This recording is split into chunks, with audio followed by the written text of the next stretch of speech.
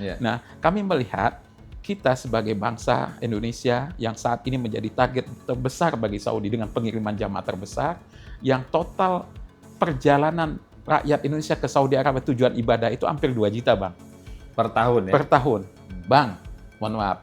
Orang ketika mendaftar haji, ya, dengan daftar tunggu 20 tahun, waktu daftar itu masih sehat, Bang. Iya. Sampai waktunya belum tentu ya? Iya. Jadi kami kemarin ketika ada isu tentang istilah haji, saya bilang kan pemerintah salah di situ. Ada sumber kuota lain yang sifatnya tidak resmi, bukan sumber kuota lain di Saudi Arabia yang bisa dibeli secara personal, maka yang terjadi jual beli kuota yang disebut dengan visa furoda tadi. Yeah. Tapi kami yakin sebetulnya kalau kita bersabar melakukan diplomasi yang baik, pemerintah Saudi siap kok memberi kuota yang gratis.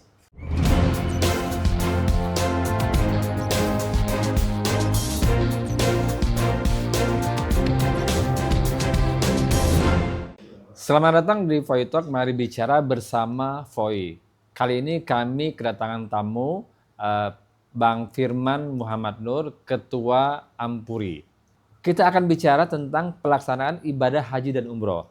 Dalam masa pemerintahan baru ini ada lembaga baru namanya Lembaga Penyelenggara Haji. Ini adalah lembaga yang akan menyelenggarakan ibadah haji di masa yang akan datang. Kita akan bicara dengan Bang Firman tentang pelaksanaan ibadah haji dan umroh ini. Bang, terima kasih sudah hadir di kantor kami, Voice of Indonesia, setelah terakhir setahun lalu ya kita wawancara ya. Betul. Lebih dari setahun. Lebih dari setahun yang lalu. Nah, ini kebetulan kepengurusan baru Ampuri juga, kemudian ada pemerintahan baru Pak Presiden Prabowo juga. Nanti kita akan elaborasi tentang pelaksanaan haji umroh. Kan sekarang ada Badan Penyelenggara Haji yang baru ya, yang misah dari Kementerian Agama, Bang ya. Betul. Oke. Nah, pertanyaan kami yang pertama, tempo hari kan mengusulkan ini, Ampuri mengusulkan kepada Presiden Prabowo untuk membentuk sendiri Kementerian Haji dan Umroh. Tapi dalam kenyataannya yang dikabulkan itu adalah lembaga setingkat badan. Namanya Badan Haji Penyelenggara Haji. Okay. Nah, bagaimana respon Abang dengan adanya badan ini tidak sesuai dengan keinginan awal nih yang menginginkan ada kementerian? Ya, pertama adalah terima kasih untuk bisa hadir kembali bersemu dan wawancara dengan Voi. Dan kesempatan ini tentu kami dari Ampuri memberi apresiasi karena kami Asosiasi Muslim Penyelenggara Haji dan Umroh Republik Indonesia yang beranggotakan hampir 700 penyelenggara ibadah umroh dan haji. Tentu sangat mengapresiasi jika suara kami, sektor usaha yang memiliki privilege penyelenggaraan haji dan umroh, ini juga bisa disuarakan dengan baik. Yang kedua adalah saat ini adalah momen yang tepat bagi kami mengucapkan selamat kepada Bapak Presiden Prabowo Subianto dan Wakil Presiden Gibran Raka-Buming Raka atas pelantikan untuk menjadi pemimpin bangsa ini selama 5 tahun ke depan. Kami dari Ampuri juga mengapresiasi yang luar biasa. Ketika kabinet akan dibentuk, pernah juga mewacanakan untuk dibuat kementerian baru, yaitu Kementerian Haji dan Umroh. Dan Ampuri salah satu inisiatornya memberikan konsep dan usulan proposal yang konkret bagaimana kementerian tersebut sangat dibutuhkan, perlu untuk menghadapi tantangan penyelenggaraan ibadah haji dan umroh ke depan. Namun ketika keputusannya hanya berbentuk badan yang kita kenal dengan BPH, Badan Penyelenggara Haji, kami tetap bersenang hati dan mengapresiasi. Artinya saat ini sudah ada 3 badan setingkat menteri yang ada dalam pengelolaan ibadah haji dan umroh. Yang pertama adalah Kementerian Agama, yang ditangani langsung dengan Ditjen PHU-nya. Yang kedua adalah Badan Pengelolaan Dana Haji yang disebut dengan BPKH. Yang ketiga adalah BPH yang baru dibentuk, Badan Penyelenggara Haji. Artinya pemerintah rezim Bapak Prabowo Subianto dan Gibran sangat memperhatikan ada sesuatu yang penting untuk didorong oleh pemerintah dalam penyelenggaraan ibadah haji untuk bisa lebih memberi kemanfaatan dan kepastian keberangkatan dan pelayanan yang baik bagi masyarakat muslim dalam menjalankan ibadah mereka. Nah, ini kan Badan Penyelenggara Haji. Berarti kan satu level di bawah kementerian, Bang ya. Betul. Nah, sementara mitra dari Arab Saudi itu mereka itu kementerian sendiri. Nah, ini kan tidak setara, Bang ya, tidak apple to apple. Itu bagaimana mensiasatinya? Itulah alasan yang bagi kami kuat sekali untuk mendorong pemerintah Pak Prabowo untuk membuat Kementerian Haji dan Umroh. Karena Saudi Arabia semenjak MBS menjadi perdana menteri atau diangkat menjadi putra mahkota dan sekarang perdana menteri yang mengolah semua aset dan pemerintahan di Saudi Arabia, ingin menjadikan Saudi Arabia tidak terputus pada pendapatan di bidang energi yang kita kenal sebagai penghasil minyak bumi terbesar di dunia. MBS fokus kepada bagaimana memanfaatkan potensi-potensi lain untuk bisa menjadi income terbesar bagi Saudi Arabia. Yang kita kenal dengan visi 2030, yang salah satu visinya ingin mentargetkan income pendapatan negara mereka, yaitu dari haji dan umroh. Mereka punya target yang luar biasa, Bang. Target mereka dalam 6 tahun ke depan, jamaah haji yang datang dari seluruh dunia meningkat 3 kali lipat. Dari sekitar 1,8 juta, 1,5 juta, untuk sampai pada 5 juta 6 tahun ke depan. Bahkan kemarin 1,8 kurang dari 2 juta yang datang dari luar negeri ya, angka itu. Artinya itu ambisinya luar biasa. Yang kedua adalah umroh, mereka targetkan menjadi 30 juta. Yang per tahun yang saat ini tidak lebih dari 15 juta dari luar negeri tentu kita bicara, bukan domestik mereka. Kalau domestik kan tentu menjadi hal yang tidak menjadi target utama, tapi bagaimanapun tetap menjadi fokus mereka. Yang ketiga adalah Kementerian Haji yang berdiri sendiri yang fokus pada bagaimana meningkatkan pelayanan, bagaimana memudahkan proses kedatangan, bagaimana memberikan kemudahan-kemudahan dalam proses perjalanan tersebut yang bekerja sepanjang tahun yang tidak musiman. Sedangkan dari kita, di segi Indonesia, kita masih level yang berlaku sebelum dibukanya Badan Penyelenggaraan Haji, hanya ada di Kementerian Agama yang dilaksanakan oleh salah satu sub daripada Kementerian Agama, yaitu Ditjen PAU. Nah, kami melihat kita sebagai bangsa Indonesia yang saat ini menjadi target terbesar bagi Saudi dengan pengiriman jamaah terbesar, yang total perjalanan rakyat Indonesia ke Saudi Arabia tujuan ibadah itu hampir 2 juta, Bang. Per tahun ya? Per tahun. Dan sesuai dengan visi 2030, akan hadir dari Indonesia 500 sampai 600 ribu jamaah haji per tahun, dan umroh sampai 3 juta. Artinya bisa sampai 4 juta per tahun jamaah orang Indonesia yang berangkat ke Saudi Arabia. Ini kan dana yang bergerak berputar sangat besar sekali. Saat ini kan analisa keuangan, bahkan dari Menteri Keuangan Ibu Sri Mulyani, 160 triliun per tahun transaksi, yang banyak analisa selling yang lebih besar. Artinya sebagai pemerintah kita perlu pertama adalah memastikan bahwasanya pelaksanaan ibadah, salah satu hak warga negara dalam undang-undang ini bisa terpenuhi dengan baik.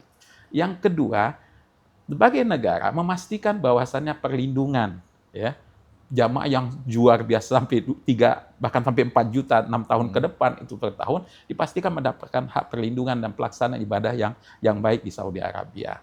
Yang ketiga itu tadi dari segi ekonomi, kita belum pernah mengkaji menjadikan ini sebuah kemanfaatan, kemaslahatan bagi kita negara pengirim jamaah terbesar. Perlu Presiden memperhatikan adalah leveling yang sejajar antara Indonesia dan Saudi Arabia untuk mendiskusikan banyak hal, sehingga kemaslahatan tersebut banyak juga kepentingan bagi kita sebagai negara pengirim jamaah, tidak sebagai konsumen yang datang ke suatu tempat mengeluarkan spend, mengeluarkan dana, tapi kita harus dibuatkan menjadi sistem ekonomi yang baik. Makanya Ampuri dalam Munas 2030 mengusulkan dari nomenklatur penyelenggaraan menuju kepada nomenklatur ekosistem haji dan umroh. Nah, itu kan lebih kompleks ya. Lebih kompleks ya. Betul. Nah, mungkin ini yang perlu dipahami ya oleh pemerintah dan Pak Prabowo dan staf-stafnya, bahwa ini kalau sudah namanya ekosistem itu kan akan efeknya kiri kanan banyak sekali. Iya.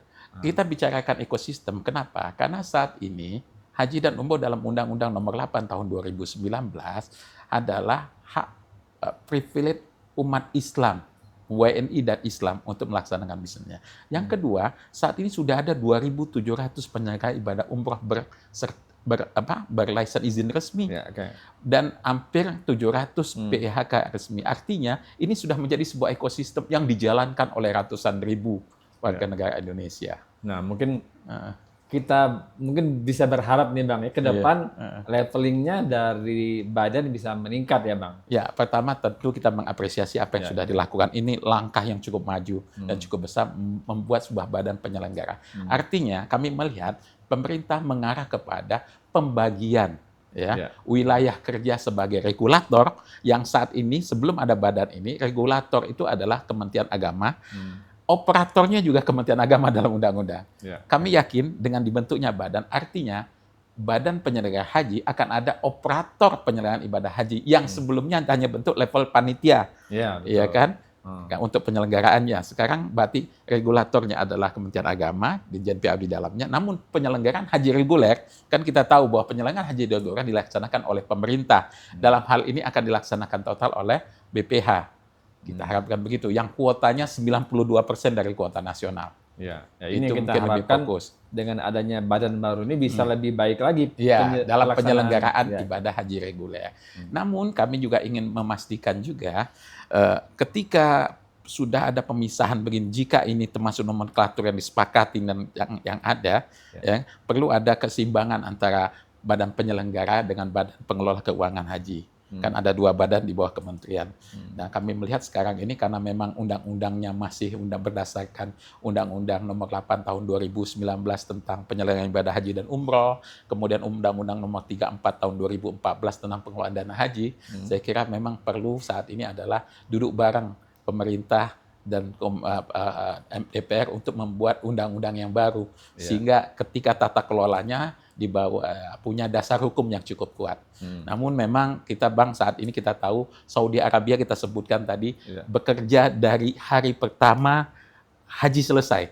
Jadi ketika haji itu selesai tanggal 12 Zulhijjah dan umat jamaah haji masih di Mina, pemerintah Saudi sudah membagikan kuota tahun depan. Indonesia sudah dapat kuota 221.000 dan Saudi sudah mulai bekerja bagaimana menyiapkan kuota tersebut melayani kuota yang sudah dibagi dari seluruh Indonesia. Dan Saudi Arabia bahkan sudah menentukan timeline kegiatan pelaksanaan ibadah haji. Sedetail itu ya Bang? Serinci itu. Bahkan kemarin tanggal 23, 2 hari yang lalu, Saudi Arabia sudah momen waktu di mana mulai untuk mengambil tempat lokasi di Mina dan di Arafah. Kita tidak bisa sibukkan dengan menata tata kelola kita dengan pemerintahan yang baru segala macam. Di satu sisi Saudi Arabia sudah menentukan timeline yang sudah sangat jelas. Artinya kita harus segera berjalan dengan cepat. Nah, tentu ada solusi-solusi undang-undang untuk bagaimana nggak perlu amandemen, mungkin cukup dengan Perpu saja. Peraturan pemerintah pengganti undang-undang karena sementara kedaruratan. Namun hal tersebut tetap harus disiapkan sehingga badan ini dapat bekerja dengan tupoksinya dengan wewenang yang sudah ditentukan. Oke Bang, Abang kan selama ini berkecimpung di haji nih Bang. Kalau kita mau telisik, ini kira-kira persoalannya itu apa saja sih untuk pelaksanaan haji umrah di kita ini? Pertama adalah kami melihat Kementerian Agama sebagai pelaksana penyelenggaraan ibadah haji reguler sampai 2024 kemarin, kami melihat semuanya luar biasa dan cukup baik. Bahkan kita tidak bisa menafikan hasil kepuasan masyarakat di atas 85%, sangat puas, Dan alhamdulillah tahun kemarin tidak ada isu besar yang terjadi. Kemarin kan ada pansus haji, Bang. Iya, itu pansus haji hal yang lain. Tapi dalam tata pelaksanaan, itu luar biasa. Sebagaimana tahun 2023 ada kasus besar Musdalifah yang terlantar, jamaah bukan terlantar, pemindahan jamaah yang tidak sesuai dengan waktunya sehingga kasus. Namun kemarin secara pelaksanaan aman. Kasus itu hal-hal lain yang menurut kami memang bagian daripada evaluasi kan. Semua itu tetap harus kita evaluasi dengan baik. Dan kita menghargai semua proses yang sudah berjalan, tentu semangatnya bagaimana meningkatkan pelayanan. Oke, kalau kita bicara soal haji, yang paling disorot itu adalah soal kuota haji. Betul. Nah ini kan bagaimana kuota ini kan terbatas, tapi bisa optimal dimanfaatkan untuk masyarakat. Bukan untuk kepentingan orang-orang tertentu. Ini bagaimana Bang menyikapi? Pertama adalah tentang kuota ini sangat menarik. Tadi saya sebutkan tentang visi 2030 Saudi Arabia yang menginginkan dalam 6 tahun ke depan jumlah kedatangan jamaah haji 3 kali lipat dari sekarang. Artinya, kalau bicara kuota, Saudi Arabia menginginkan jumlah kedatangan jamaah haji dari Indonesia 3 kali depan. Makanya dalam beberapa kesempatan saya sampaikan, Indonesia sebagai pemerintah dan BPKH sebagai pengelola keuangan haji harus siap dalam 6 tahun ke depan memberangkatkan 500.000 sampai 600.000 jamaah per tahun. Kuota daftar tunggu sekarang, Bang, itu 5,6 juta. Dengan waktu tunggu antara 15 tahun sampai 40 tahun di beberapa tempat. Lama sekali ya. Artinya kita harus siap loh. Saudi Arabia sudah merancang bagaimana 6 tahun ke depan, kuota daftar tunggu ini nggak lebih dari 10 tahun. Nah, makanya penting itu tadi kami mendorong untuk menjadi kementerian, biar berpikirnya dalam tata kelola regulasi, ya, dan diplomasi yang sangat kuat, untuk kita mampu menyelenggarakan jamaah dan bisa memenuhi harapan Saudi bahwa kuota itu akan banyak gitu. Nah sekarang kan kita mohon maaf, kemarin dalam kasus yang paling mudah, Indonesia hanya diberi tambahan kuota 20.000, ya kan? Kita masih sibuk dengan diskusi ada pansus haji segala macam. Itu baru diuji dengan tambah 20.000. Bagaimana diuji dengan tambahan sampai 100.000? 150.000. Bagaimana tahu? Itu yang perlu siap. Makanya kami mendorong agar kementerian itu hadir begitu, biar fokus berbicara dan head to head dengan Kementerian Haji Saudi Arabia, biar kita bisa punya kemampuan untuk bisa mengelola jamaah yang besar tersebut dan bisa menjadikan kesempatan besar kuota yang disiapkan oleh Saudi Arabia bisa kita serap. Ini perlu strategi, Bang. Mohon maaf, ada masalah keuangan di sana, ada masalah bagaimana membangun dana abadi, dana masyarakat di BPK itu bisa lebih optimal segala macam, ya kan? Karena sebetulnya masyarakat itu inginnya berangkat, bukan ingin mendapatkan manfaat sehingga pembiayaan enggak. Itu juga ini kan.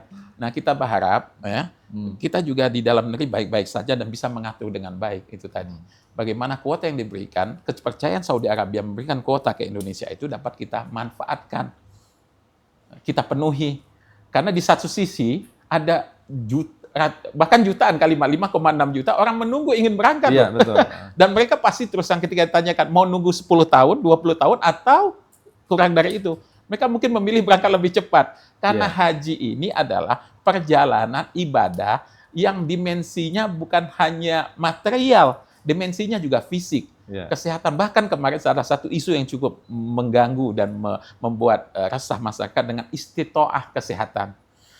Bang, mohon maaf, orang ketika mendaftar haji, ya, dengan daftar tunggu 20 tahun, waktu daftar itu masih sehat, Bang. Iya. Sampai waktunya belum tentu ya. Iya. Jadi kami kemarin ketika ada isu tentang istitoah haji, saya bilang kan pemerintah salah di situ. Salahnya apa? Karena harusnya pemerintah menyiapkan kuotanya. Jangan sampai gara-gara menunggu waktu karena berdiri sekian lama menunggu, nanti ketika harus berangkat sudah kecapean, dianggap tidak fit untuk berangkat, dan itu saya kira tidak pas gitu. Nah, ini kita harapkan penyelenggara ini bisa amanah ini, Bang, ya. Betul. Bahwa ini banyak benar yang berharap untuk berangkat tetapi tidak disalahgunakan untuk hal-hal yang tidak perlu gitu, Bang. Betul. Kami setuju untuk itu. Makanya penting sebagai regulator, pemerintah membuat regulasi yang baik dan fair, melakukan pengawasan, monitoring atas penyelenggaraan, baik kami di pihak swasta dan kami memang mendorong, bahkan Ampuri mendorong sekali, Bang, untuk terbentuknya PPNS Amanat Undang-Undang Nomor 8 Tahun 2019. Dan alhamdulillah sudah 2 kali terbentuk tim pelatihan dan terbentuk PPNS dan mulai beraktif bekerja tanggal 1 Desember 2025 ini. Kita berharap juga dengan adanya PPNS, hal-hal yang tidak firm dalam pelaksanaan dari pihak swasta ataupun siapapun itu bisa dapat dipertanggungjawabkan. Dan kami juga mendorong agar pemerintah juga membuka diri, ya, menjadikan asosiasi partner strategik bagi mereka. Dia Kementerian kami saat ini, Bang, secara undang-undang asosiasi belum masuk dalam tahapan regulasi dan undang-undang dan peraturan apapun. Jadi masuknya kemana kalau Nah, gitu? ini sifatnya masih sebangsa LSM saja, sebangsa usulan masyarakat, dan kita berharap kita mengusulkan sekali agar asosiasi ini menjadi partner juga dalam pengawasan, sehingga pemerintah mendapatkan input yang ofisial, resmi, legal dari unsur masyarakat. Dan tentu kita melihat, Bang, dari sektor usaha manapun di pemerintah di Indonesia ini, Asosiasi bagian daripada pengawasan dan pengelolaan dan juga bagaimana untuk melakukan evaluasi bersama. Dan kita harapkan ke depan Kementerian Agama ataupun badan ataupun Kementerian Haji Umroh yang akan dibentuk menjadikan asosiasi menjadi partner strategiknya untuk membangun ekosistem yang lebih baik. Iya. Nah, sekarang soal biaya haji dan umroh. Ini kan bentuknya kan fluktuatif ya, Bang. Iya. Furoda yang mahal sekali, plus yang mahal, ada lagi yang biasa. Nah, kalau menurut Abang, bisa nggak sih dijelaskan kepada masyarakat standar biaya itu berapa? Kemudian kalaupun ada kelebihan, tentu dapat fasilitas A, B, C, dan seterusnya. Iya. Ya, Bang. Saudi Arabia ingin menjadikan bahwasannya visa itu tidak berbiaya. Oke. Artinya Saudi Arabia menyiapkan fasilitas yang jelas, dengan fasilitas dan kemampuan yang jelas mereka memberikan penawaran kepada seluruh negara-negara umat Islam seluruh dunia melalui negara-negara di okinya untuk bisa memberangkatkan jamaah sebagai kuota yang sudah ditetapkan. Disepakatin kuotanya adalah 1/1000. Setiap 1000 umat Islam satu jamaah berangkat. Itu yang aslinya. Namun memang itu tadi ketika daya beli semangat untuk ibadah itu tinggi, ya kan? Ada sumber kuota lain yang sifatnya tidak resmi, bukan sumber kuota lain di Saudi Arabia yang bisa dibeli secara personal, maka yang terjadi jual beli kuota yang disebut dengan visa furoda tadi. Tapi kami yakin sebetulnya kalau kita bersabar melakukan diplomasi yang baik, pemerintah Saudi siap kok memberi kuota yang gratis. Contoh kemarin 20.000 kan gratis, nggak ada biaya untuk itu. Cuman menjadi masalah bagaimana tata kelola, tata bagi yang lebih baik, lebih berkeadilan sampai itu. Nah, makanya penting sekali adalah ada setara kementerian yang menegosiasikan tentang kebutuhan kita di Saudi Arabia. Itu penting untuk menegosiasikan kebutuhan, menegosiasi pelaksanaan, termasuk Bang, dari standarisasi biaya operasional penyelenggaraan ini. Jika seandainya diplomasi kita cukup baik, saya kira pemerintah bisa menekan biaya tersebut secara G2G. Ya kan? G2G untuk menentukan bahwa Indonesia itu tadi solusi-solusi misalnya untuk memudahkan dan menghitung penghitungan dengan baik membangun Indonesia City, kota Indonesia atau kampung Indonesia di Saudi Arabia yang menjadi investasi kita bersama yang digunakan sepanjang tahun, ya, menjadi opsi pilihan juga oleh jamaah umroh jika untuk menggunakan lokasi akomodasi tersebut. Mungkin saya yakin jika itu terbentuk lokasi tersebut akan lebih murah daripada akomodasi yang lain. Iya. Kenapa? Karena itu investasi jangka panjang. Yang kedua, pengelolaannya juga dikelola oleh lebih banyak dari unsur Indonesia, bisa dari segi pelayanan, manajerial segala macam. Yang kedua, secara ekonomi produk Indonesia bisa dijual dengan di sana. Karena penyakit orang Indonesia bukan penyakit, kelebihan orang Indonesia. Ya mohon maaf ya, bukan kelebihan Indonesia. Kalau seandainya berangkat kemanapun, makanannya harus taste Indonesia. Bawa sambal, bawa teri goreng segala. Bahkan satu lagi nasi. Kita orang masyarakat Indonesia ini kalau seandainya belum dapat nasi, itu belum makan. Dan sudah makan. Jadi akan banyak dan ekonomi berputar di sana. Makanya kita berharap tahapan, tentu kami mengapresiasi dengan BPH yang ada, tapi ke depan kami tetap mendorong harus ada Kementerian Haji dan Umroh. Sehingga secara pemerintahan kita dapat bisa memberikan perlindungan yang baik, satu level dalam pembicaraan antara Kementerian Haji Saudi Arabia dan Kementerian Haji Indonesia. Kemudian bisa meletakkan petugas-petugas yang levelnya diplomatik. Tentu jika kementerian dan khusus untuk itu, Departemen Luar Negeri memberi kekhususan juga untuk sebuah negara yang mana masyarakat Indonesia banyak di sana, yang saat ini kan baru levelnya, nomenklaturnya. Staf teknis melaksanakan dan perlu melakukan negosiasi, pembicaraan dengan Kementerian Saudi Arabia yang levelnya sangat jauh. Saya kira kalau seandainya kementerian yang ada, menteri sendiri bisa bicara level menteri ke menteri, kemudian diplomat haji Indonesia juga akan bicara level teknis yang dengan wakil menteri di sana, kemudian staf-staf yang lain. Saya yakin insya Allah banyak hal yang bisa memberikan kemanfaatan secara ekonomi loh. Kalau levelnya menjadi kementerian. Iya, kementerian. Nah, baik Bang. Nah, salah satu yang menjadi perhatian juga adalah adanya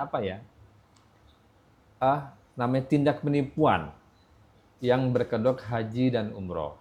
Nah, ini bagaimana meminimalisirnya dari asosiasi? Terbaru kita dengar ada 100 orang jemaah yang terlantar di Kuala Lumpur dari Sumatera Barat. Nah, itu bagaimana meminimalisir hal-hal seperti itu, Bang? Ya, pertama adalah kami prihatin ya, Ya. dari Ampuri tetap masih ada yang terjadi ketidaksesuaian dalam komitmen penyelenggaraan ibadah umroh khususnya. Oke. Memang kami juga bersama dengan Kementerian Agama saat ini mendorong agar pelaksanaan ibadah umroh ini jakap lebih baik dilaksanakan. Tentu kita kemarin dulu pernah kenal 5 pasti umroh. Ya, salah satunya syarat adalah penyelenggaranya harus mempunyai izin umroh. Ini memastikan bagi masyarakat bahwasanya ketika dia mendaftar satu biro yang resmi, dia mendapatkan perlindungan atas dana yang dia bayarkan tersebut. Bisa melakukan tuntutan melalui Kementerian Agama. Yang kedua, kami juga mendorong agar ada PPNS, dan alhamdulillah sudah dilaksanakan. Yang untuk memastikan oknum-oknum penyelenggara ibadah umroh tidak resmi bisa dapat dituntut dan dihentikan. Itu juga. Yang ketiga adalah kita ingin juga standarisasi dan sertifikasi akreditasi penyelenggaraan juga lebih ketat, sehingga punya kemampuan setiap PPU penyelenggara ibadah umroh yang mendapatkan lisensi punya kemampuan pelaksanaan dengan baik dan punya kemampuan juga mengantisipasi jika ada tidak kesesuaian. Contoh yang banyak menjadi masalah terjadi adalah, dan saat ini mau tidak mau regulasi masih mengakomodir itu, bahwasanya keberangkatan umroh maksimal hanya 1 kali transit. Nah, kita tahu bahwasanya kenapa tetap pesawat transit diakomodir, karena pesawat transit harganya lebih murah dari direct flight. Dan itu menjadi pilihan masyarakat, kan masyarakat juga ingin mendapatkan paket umrohnya lebih kompetitif. Namun ada risiko tadi, memastikan bahwasannya transitnya itu tidak terjadi delay dari keberangkatan pos awal. Nah, dalam kasus yang baru Abang ceritakan tadi, itu adalah kota Sumatera Barat atau Pekanbaru menuju ke Kuala Lumpur. Tiba di Kuala Lumpur, baru menggunakan pesawat lain menuju ke Saudi Arabia. Nah, kadang yang terjadi adalah dari daerah menuju ke negara transit terjadi delay dari keberangkatan pos awal, sehingga tidak mengejar ke pesawat untuk selanjutnya berangkat ke Saudi Arabia. Dan kita tahu bahwa pesawat umroh hampir rata-rata penuh. Jadi ketika kita delay, kita tidak mudah langsung bisa mendapatkan next flight atau besoknya atau hari yang sama. Perlu ada berapa hari untuk merubah. Dan insya Allah jamaah punya hak untuk memastikan bahwasannya paketnya sesuai lama harinya dan standar hotelnya untuk bisa sesuai. Dan kami yakin juga penyelenggara tersebut berusaha semaksimal mungkin menjaga reputasi perusahaan, reputasi penyelenggaraan mereka untuk bisa memberangkatkan dan memberi hak jamaah tersebut. Ya, mungkin itu yang perlu lebih gencar disosialisasikan. Kalau jemaah yang awam kadang-kadang nggak ngerti itu, Bang. Makanya memang secara umum kan setiap produk itu ada keunikannya. Kenapa satu produk bisa lebih mahal dari produk yang lain? Hal-hal demikian tentu pertama mungkin beda dari pesawatnya, apakah direct flight atau tidak transit flight, apakah akomodasinya hotel bintang 5, bintang 4 dan lain sebagainya, apakah dia full board. Tapi yang jelas kami bersama Kementerian Agama selalu mendorong agar standar pelayanan minimal menjadi sebuah kepastian. Tidak ada strategi marketing yang mencoba untuk keluar dari SPM yang ada, sehingga ujung-ujungnya jamaah kurang nyaman. Dan mau tidak mau, SPM itu menjadi persyaratan yang pertimbangan standar pelayanannya, standar kenyamanan terendah untuk dapat dipenuhi. Jadi kan kita tidak perlu lagi mendengar ada kasus orang banyak sekali yang terlantar. Betul. Travel A misalnya, dia bikin haji ternyata bodong. Itu yang itu makanya itu tadi kita pengen PPNS ini bekerja dan sasarannya jelas. PPNS itu memastikan bahwa pelaksanaan ibadah haji atau umroh oleh non PPU dan PHK dapat kita minimalisir, karena perjalanan ibadah haji dan umroh tidak melalui jalur resmi punya risiko tidak terpenuhi haknya dan tidak bisa menuntutnya kecuali langsung kepada kepolisian. Dan menurut kami itu ketika itu terjadi perlu menjadi kasus yang dipertimbangkan, sehingga makanya kepastian kami sebagai asosiasi agar masyarakat punya pemahaman yang jelas bahwa penyelenggaraan yang bertanggung jawab hanya melalui penyelenggara resmi. Ya, yang berlisensi. Berlisensi. Nah, dan sekarang kita juga membangun campaign bahwasanya untuk mengecek lisensi dari sebuah penyelenggaraan yang benar dan resmi itu melalui umroh cerdas atau website Kementerian Agama, sehingga bisa mengecek apakah biro ini sudah punya izin umroh atau apakah biro ini punya izin haji. Kalau tidak, usahakan untuk menghindari karena sangat beresiko untuk tidak berangkat. Kan sayang-sayang sudah nabung lama. Iya, sangat kita saya sayangkan. Padahal pilihan saya ini ada 2.700. Banyak ya. Banyak sekali, Bang. 2.700 dan tersebar di seluruh Indonesia.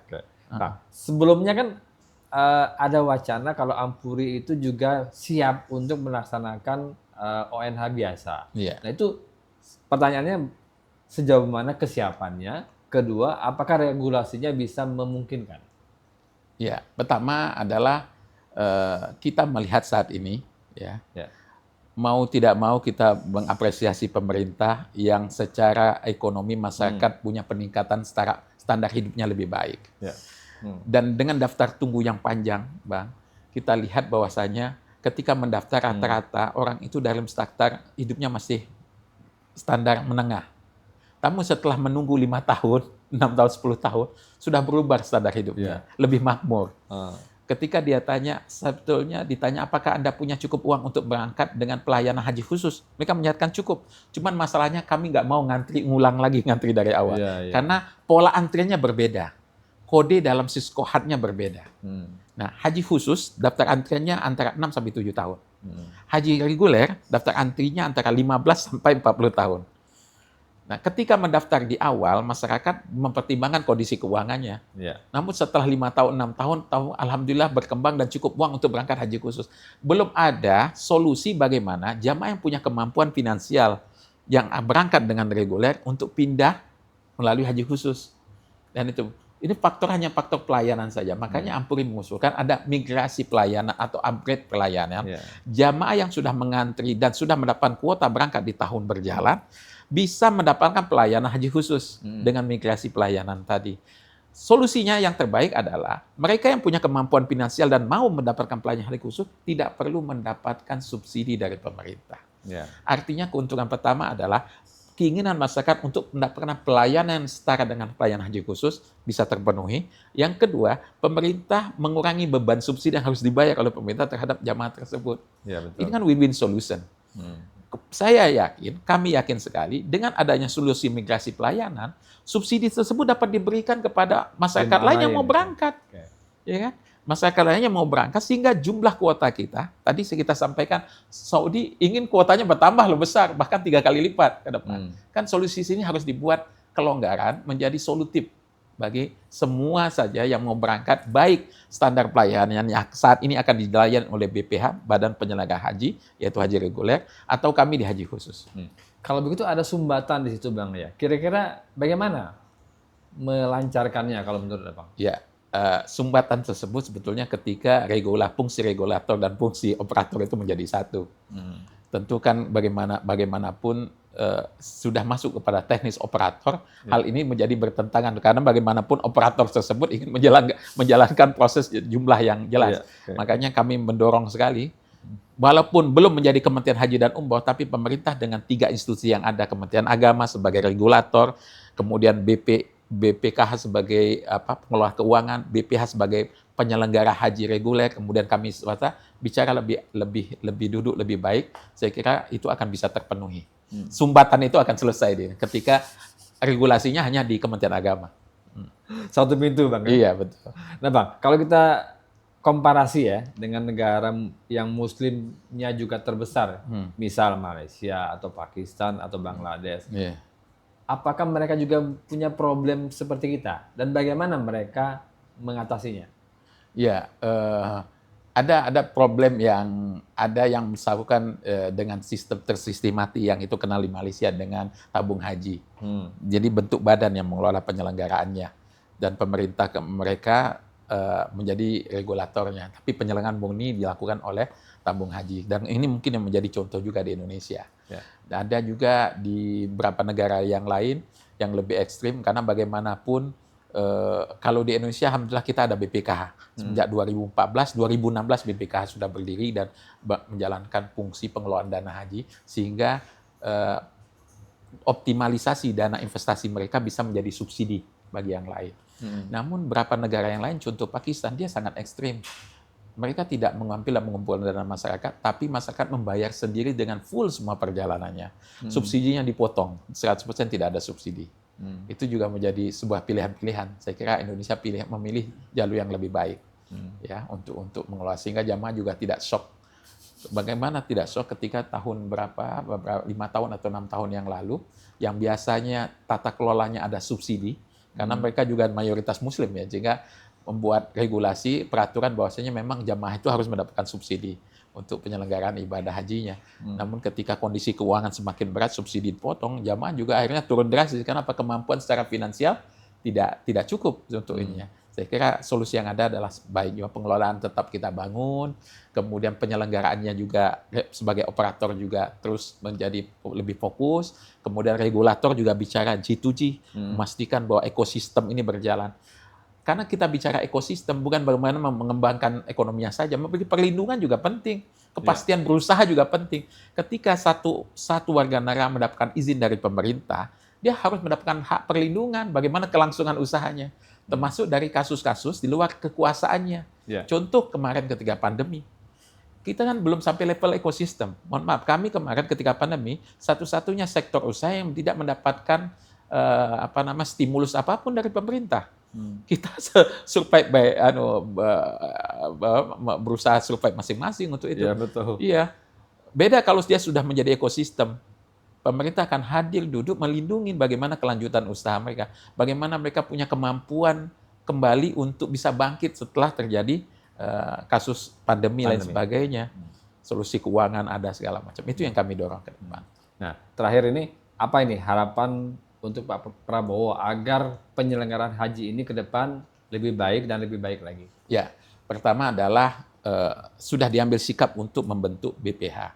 Kita berharap Komisi DPR dalam hal ini Komisi 8, Departemen Agama, BPKH, BPH bisa merangkul semua stakeholder yang ada, termasuk kami sebagai asosiasi, untuk kita duduk bersama, mengatur tata kelola, bagaimana semuanya bisa berjalan dengan baik, dan melakukan review ulang dari regulasi yang ada. Kita tahu, Undang-Undang PAU nomor 8 tahun 2019 sudah masuk prolegnas tahun 2024 kemarin, 2023 kemarin. Namun sampai saat ini belum terrealisasi.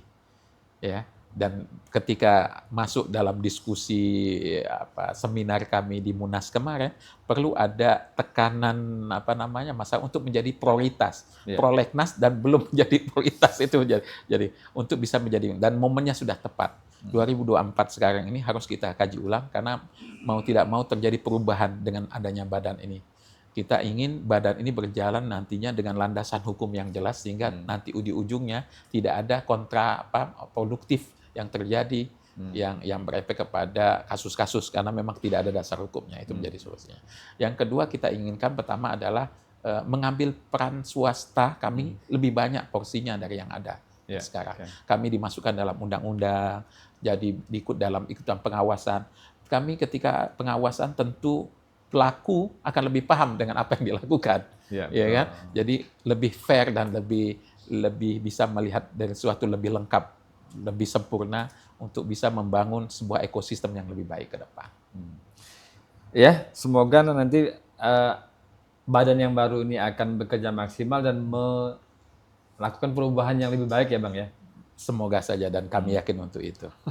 Terima kasih Bang. Semoga ini bermanfaat untuk pembaca dan penonton Voice of Indonesia. Terima kasih banyak. Jazakallah. Demikian tadi bincang-bincang kita dengan Bang Firman Muhammad Nur. Semoga perbincangan ini menginspirasi. Sampai jumpa di Poi Talk berikutnya dengan narasumber yang berbeda. Salam.